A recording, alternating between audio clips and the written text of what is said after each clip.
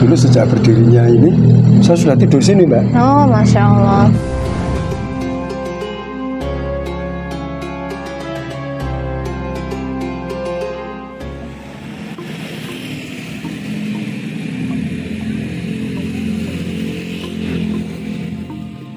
Teman-teman, kembali lagi sama aku di Urfa Hamidah di PKS TV Jogja, berburu takjil sambil belajar sejarah di kota Jogja. Nah teman-teman, kali ini kita telah berada di Masjid Soko Tunggal nih, yang berlokasi tak jauh dari destinasi wisata Taman Sari. Masjid Soko Tunggal ini memiliki konsep bangunan yang terbilang unik dan tidak biasa. Jika biasanya sebuah masjid disangga oleh 4 hingga 5 penyangga berupa saka guru dan dalam istilah Jawa, lain dengan Masjid Soko Tunggal berikut ini. Sesuai dengan namanya, masjid ini hanya disangga menggunakan 1 buah soko guru saja. Pembangunan masjid ini merupakan inisiatif masyarakat yang ada di sekitar Taman Sari yang menginginkan sebuah masjid sebagai tempat beribadah. Pada halaman depan Masjid Soko Tunggal juga terdapat sebuah prasasti yang menunjukkan bahwa rumah ibadah tersebut diresmikan oleh Sri Sultan Hamengkubuwono ke-9 pada hari Rabu, tanggal 28 Februari 1973. Soko guru tiang utama berupa kayu jati yang digunakan untuk membangun masjid ini sendiri begitu spesial loh teman-teman, karena didatangkan langsung dari Cepu. Ketika ditebang, usia kayu jati tersebut telah mencapai 150 tahun. Kemudian untuk batu penyangga tiangnya sendiri juga didapatkan dari petilasan Sultan Agung Hanyokrokusumo di Pleret, Bantul.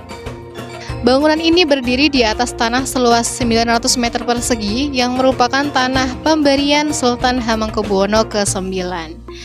Sultan Hamengkubuwono ke-9 akhirnya memutuskan untuk memilih tanah yang saat ini digunakan sebagai tempat berdirinya bangunan masjid, karena di tanah tersebut dikuburkan 10 orang pejuang yang meninggal saat serangan umum 11 Maret 1949. Sultan Hamengkubuwono ke-9 ingin masjid tersebut juga menjadi monumen bagi para pejuang tersebut. Arsitektur bangunan masjid ini penuh dengan makna teman-teman. Jika para jamaah duduk di ruangan masjid akan melihat 4 batang soko bentung dan 1 batang soko guru sehingga semua berjumlah 5 buah. Hal ini merupakan lambang negara Pancasila. Soko guru merupakan lambang sila yang pertama, yakni ketuhanan yang Maha Esa. Di dalam Masjid Soko Tunggal ini juga terdapat banyak ukiran dengan segudang makna. Seperti salah satunya, di dalam konstruksi tersebut terdapat ukiran Praba yang artinya kewibawaan, bumi, serta tanah. Kemudian ada pula ukiran sorot yang memiliki arti sinar cahaya matahari.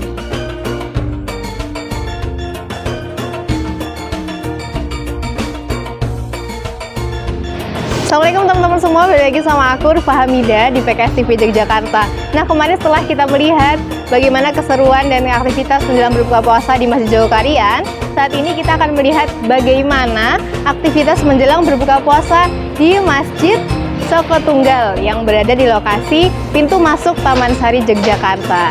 Yuk ikutin terus ya.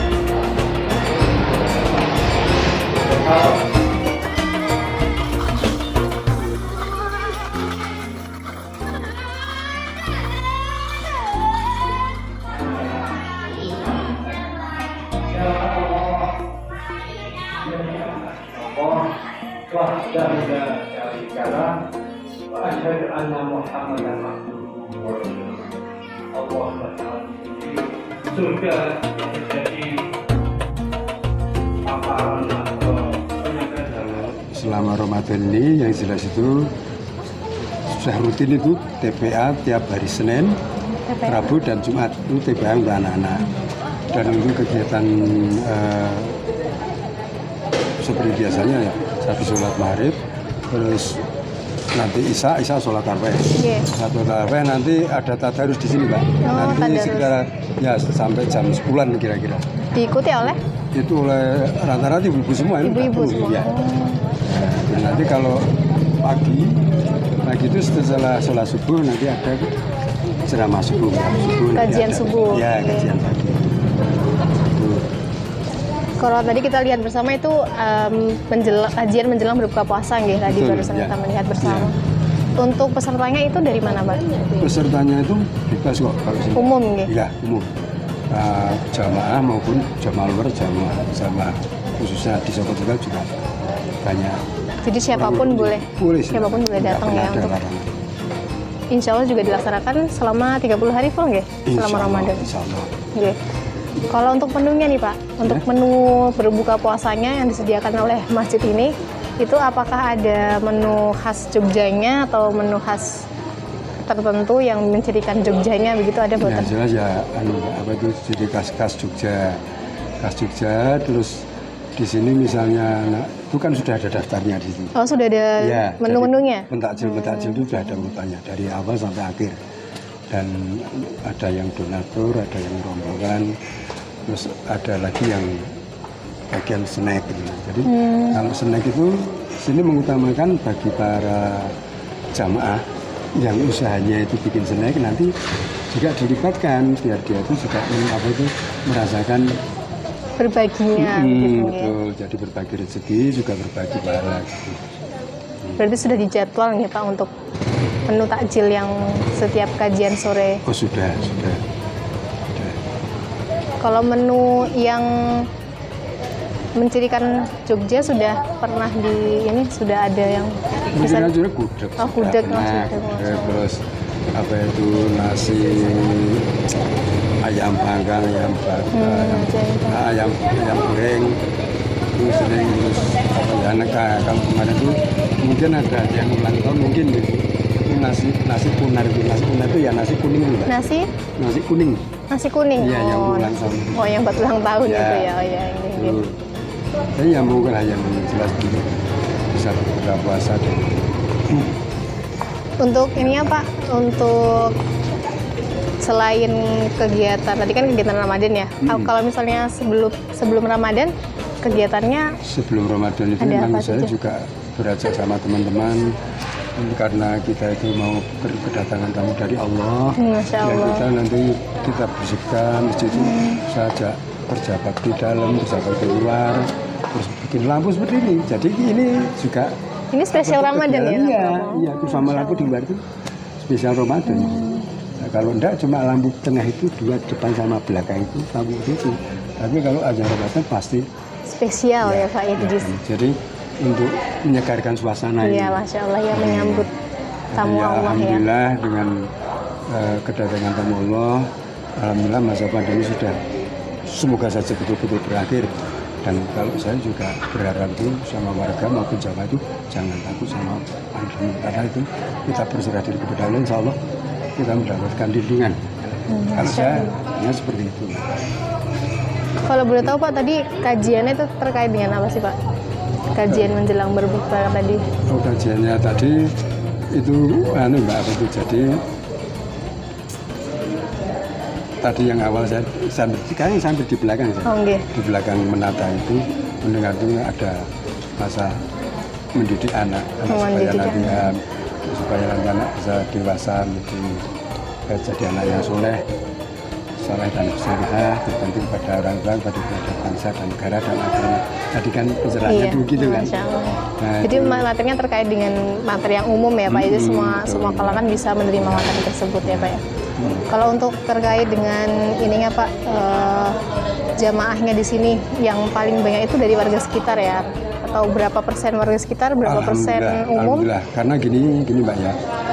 Jadi lingkup taman sini sebelum berdirinya di sini masih waktu ada musola Al-Hilal itu yang Taman Sari itu kan ada tempat tiket ya, itu dulu musolanya di sana.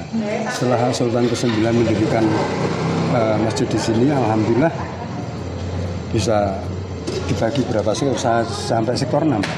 6 sektor. Iya, jadi sektor 1, sektor 2, 3, 4, 5, 6. Ini jadi enggak semua Mbak. Jadi enggak kalau semua penuh sampai sini karena ada yang merasa sudah sepuh capek. Iya betul. Sehingga masing-masing sektor diadakan sendiri. Saya bagian sektor 5 saya juga mengadakan sendiri. Saya mengadakan sendiri di SD Keputaran sama teman-teman. Tapi berhubung saya itu juga pengurus masjid juga repot karena tanggung jawab masjid, sehingga saya sama teman-teman ya saya jadwalkan, saya carikan yang imamnya. Nanti juga saya juga ngimami di sana, nanti jadwalnya apa gitu. Jadi yang saya suruh arah sini itu nanti sektor sini ada sendiri, sektor sana sendiri. Itu kalau jadi satu untuk anak-anak pun juga. Jadi sudah terbagi-bagi ya, Iya. kalau setiap kalangan Iya. ya, Pak. Kalau kita tahu kan sekarang ini Masjid Soko Tunggal terletak di depan pintu Taman Sari ya Pak ya. Betul. Nah itu Ya. apakah banyak wisatawan yang sering berkunjung ke sini Oh, kemudian jelas, Mbak. menjadi Jelas. Ya. ya, Karena berdekatan dengan Taman Sari. iya, dengan tempat wisata ya Pak Iya, ya. otomatis. Jadi itu kalau pas posisi normal, Liburan Mbak. gitu ya. Liburan normal itu sudah sini penuh, Mbak. Alhamdulillah. Ya banyak hikmahnya dan memang ya senang sekali lah kalau bisa jamaahnya banyak ini. Lebih dari kalau misalnya wisatawan nggak begitu banyak itu juga agak gimana ya, agak susah. Makanya kalau tiap kami pintunya dulu pernah dialusurin itu saya nggak mau, sudah dibuka karena juga sama Sempat disuruh nutup pintunya Pak. iya waktu pandemi itu kan suruh nutup, tapi Oh. saya tetap buka. Saya sudah punya satu jam segini kalau misalnya ada mau sholat boleh Pak, mau silakan sholat, masjid itu buat sholat saya. Iya betul. Nah, Masya masjid itu Allah. buat sholat, saya gitu enggak apa-apa. Rasulullah enggak apa-apa. Alhamdulillah. Kemarin agak itu pasif sebentar. Alhamdulillah dengan adanya pandemi semakin Mereda. ini ya. Normal Soalnya lagi ya, Pak ya. Soalnya kalau saya pribadi Pak, itu dengan penuh keyakinan bahwa itu hanya berserah diri, percaya kepada Allah. Istilah saya itu hanya bersih-bersih masjid ya. Semoga saya selalu diberi kesehatan. Alhamdulillah Mbak. Masya Saya Allah nggak ya. pernah apa-apa, masker nggak pernah apa-apa. Bersih-bersih Alhamdulillah. Baik Pak, mungkin terakhir ini untuk teman-teman nanti yang sedang nonton ini kan nanti akan tayangan di YouTube ya Pak ya. Nanti mungkin teman-teman ada yang mau main ke sini, ada yang mau ikut kajiannya juga, Oh bisa. boleh ya Pak Bisa, ya. boleh.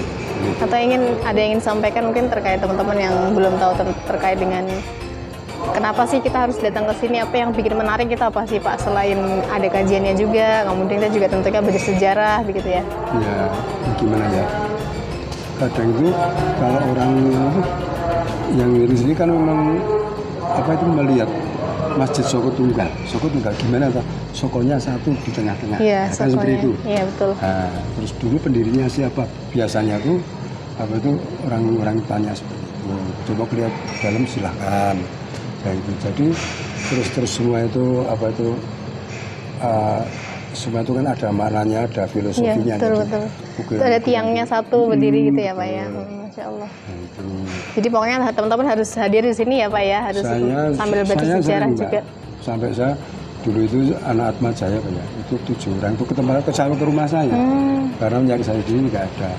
Nanya-nanya ini terkait dengan masjid ini. Mahasiswa itu sering kalau tanya sama saya. Ya maaf Mbak, karena saya sendiri itu juga di sini mungkin tertua enggak, tapi ya paling tua sendiri. Jadi saya itu di sini dulu sejak berdirinya ini saya sudah tidur sini Mbak. Oh Masya Allah.